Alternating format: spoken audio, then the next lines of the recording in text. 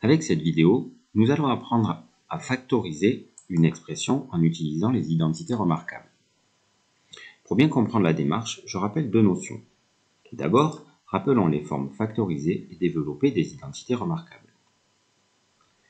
Deuxième point, je rappelle que factoriser une expression, c'est passer d'une somme à un produit, donc d'une forme développée à une forme factorisée. Une dernière remarque avant de traiter un exemple. Dans chacune des formes développées, deux termes sont au carré, a carré et b carré. Cette caractéristique est importante pour arriver à factoriser en utilisant les identités remarquables. Commençons la factorisation.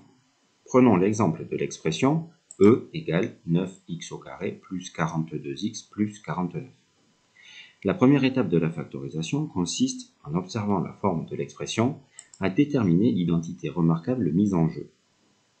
Ici, il y a trois termes qui sont additionnés. Cette expression a donc la même forme que la première identité remarquable. La deuxième étape a pour but de déterminer les valeurs de A et de B. Comme on l'a vu précédemment, l'écriture développée comporte toujours A carré et B carré. Il faut donc rechercher ces carrés. Dans notre exemple, on remarque que deux termes sont au carré. En effet, 9x au carré est le carré de 3x et 49 est le carré de 7. On peut donc écrire que E égale 3x au carré plus 42x plus 7 au carré. On note alors A égale 3x et B égale 7. Une troisième étape consiste à vérifier que le troisième terme, ici 42x, correspond au calcul 2 fois A fois B, comme dans l'identité remarquable.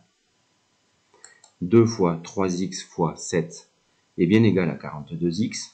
L'expression peut alors être écrite sous la forme E égale 3x au carré plus 2 fois 3x fois 7 plus 7 au carré, ce qui correspond exactement à la forme développée de la première identité remarquable.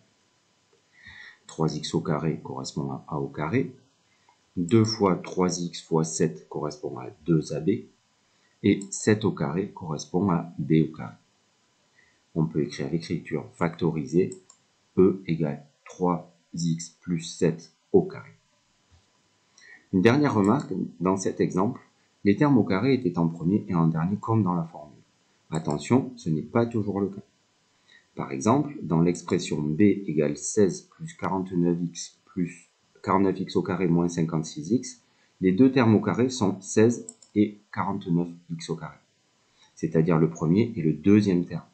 Cela ne change rien à la méthode de factorisation que nous venons de voir.